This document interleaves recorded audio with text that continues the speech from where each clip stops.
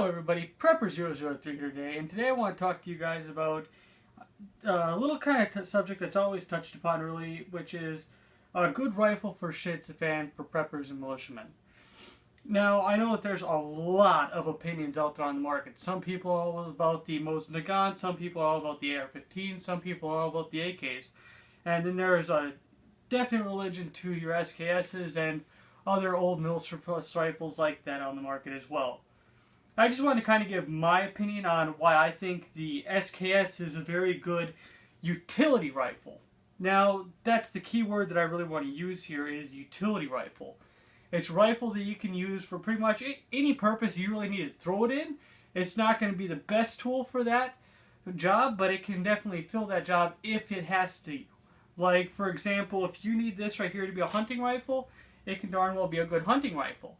If you need it to be a fighting rifle, it's not going to be the best fighting rifle. It's not going to hold up nearly as well as it would with along to your AKMs or your AR-15s, as it does have its limits. For example, I do know that there's going to be people that are going to be like, well, you can get your detachable 30 rounders, you can get your drums for them, but in the end, those aren't very well suited to the actual firearm that is designed to be used with this fixed 10-round magazine.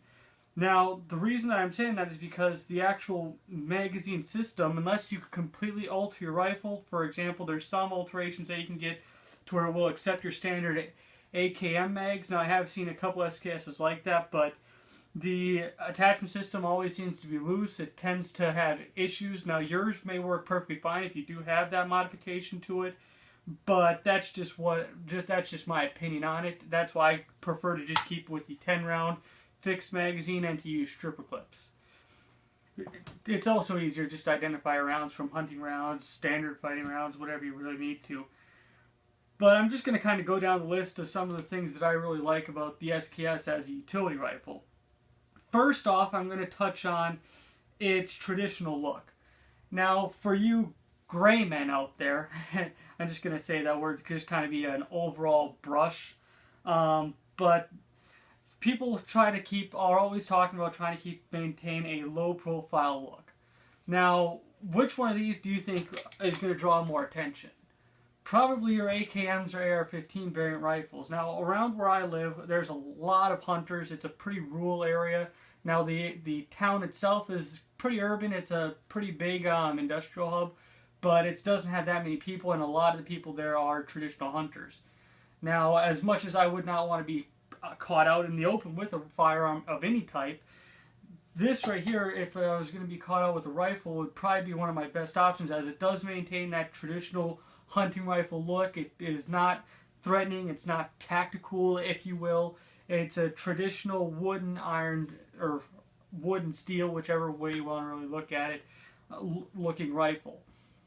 Now, that's just one of the things that won't draw that much attention. Now, any rifle and any person out in the open in that type of situation, I don't care who you are, what you're dressed as, you're going to draw attention and shit's the fan. Just putting that out there. But this right here would probably be one of the more lower profile, like your lever rifles, your bolt action rifles, just pretty much your standard Joe Schmo hunting rifles, because everyone that I know with hunting rifles at least has some form of SKS of some type. I know my grandpa does. I know a handful of my friends do. Some of my friends that are more into the tactical life really don't like the SKS just because it's an SKS. But just throwing that out there, that's one aspect to it as well. Now, the second aspect of it is a piston system, so it's going to be definitely reliable to you. The parts for them are amazingly cheap and amazingly available. For example, you can build an entire SKS if you just find a good barrel and receiver. Now, it's not going to have all the matching numbers, of course, unless you really search, but you can build a pretty nice rifle for, gosh, I want to say maybe $350.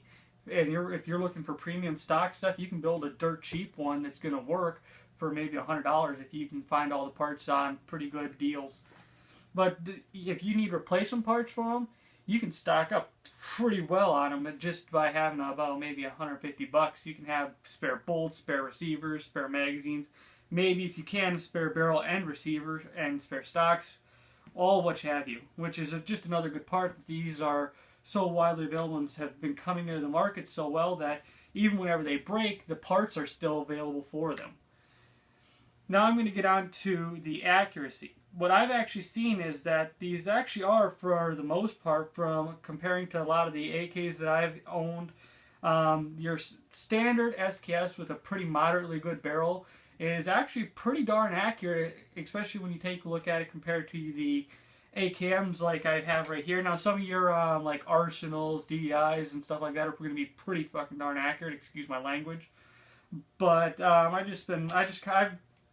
to be honest with you. The most that I've ever gotten out of this SKS with the iron sights is 2.5, maybe 2 inches at 2 MOA at 100 yards, and that's being realistic.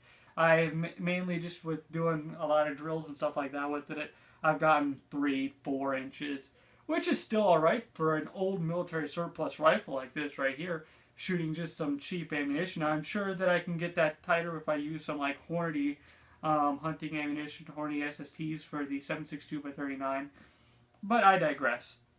Now, there is the nice part about having that commonality for rounds as your standard AKM, and the rounds are still right now cheap at the moment, with it being in October of 2016. But like I said, that could change anytime. But that is just one really nice thing about the SKS, is it does have that nice cheap round that you can shoot and quickly stockpile at the moment. Now, on to the next thing about it is that it is semi-automatic, so it can, if needed be, fill that fighting role. Now, it is not going to be the most effective fighting rifle. Now, yes, they had a long service life, and they were military surplus rifles, as was your M1 Garand, as was your Lee Enfield rifles, and what have you. But even with the magazine adaptions that they have for them, or your modified magazines like these ones right here, there are issues with the mag changes to where you can easily reload this right here over reloading a magazine out of a SKS. Now, you can get really good at it. You can modify the bolt to where it won't hold that magazine in, but for the most part, you pretty much have to shoot them dry unless you do that modification. And even then, it's a lot of excessive waste movement by having to rack that thing out so far, and comparing that to the speed that you can reload and put those rounds down range with an AKM over the SKS, it's just almost kind of night and day. Now, you can get really good with the stripper clips and reloading those extended magazines. If you want to keep just the extended magazine and then run stripper clips, you can reload those, from what I've seen, pretty darn quick if you get used to it. But I digress for that. Just saying that this can fill that role, but if you have the option of going with something a bit more effective, like your AKMs, like your AR-15 variant rifles out there, I would tend to go towards that if you're looking for a fighting rifle. But if you're looking for a real good all-around rifle, the SKS is definitely going to be a really big contender.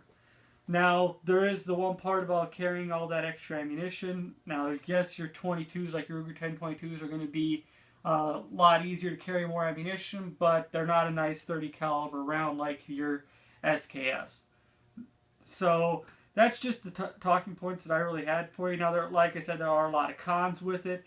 It is an old military surplus rifle, so parts can wear pretty quickly. You don't know what part will go bad. So if you are pretty knowledgeable about your rifles, keep a good inventory on what's wearing, what's not. Like, I know I got a little bit of rust damage, so I might have to replace this after a while. But I try to keep all my rifles pretty much on a monthly to bi-weekly upkeep, depending how much I actually use them. Just a small recommendation to you guys. So I'd like to really hear what your guys' opinions are. What do you think would be a good utility rifle for overall encompassing shit hits the fan? Now, that's just my opinion on this right here. I haven't really done too much into it as far as all the finer details onto utility rifles. I'm searching a whole bunch of different types of firearms, just the ones that I've owned. For example, I do have a Mosin Nagant. The only reason that I don't really have the Mosin Nagant here for a utility rifle is because the ammunition has pretty much dried up for the new stuff coming into the market due to the embargo against Russia.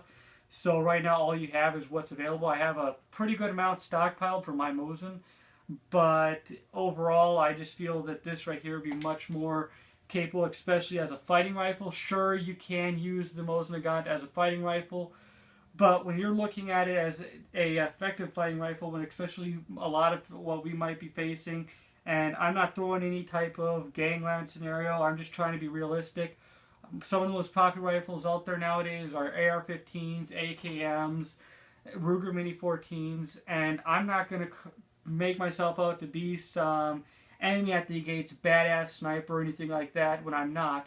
I'm not going to sit there and hold off a group of 5, 4, maybe even 3 people with a frickin' Mosin Nagant if they're armed with AKMs. Even if they're mildly trained or even barely trained, they can still plug enough rounds down me and suppress me and move up on me while I'm still trying to get the 5 rounds down on them with the Mosin.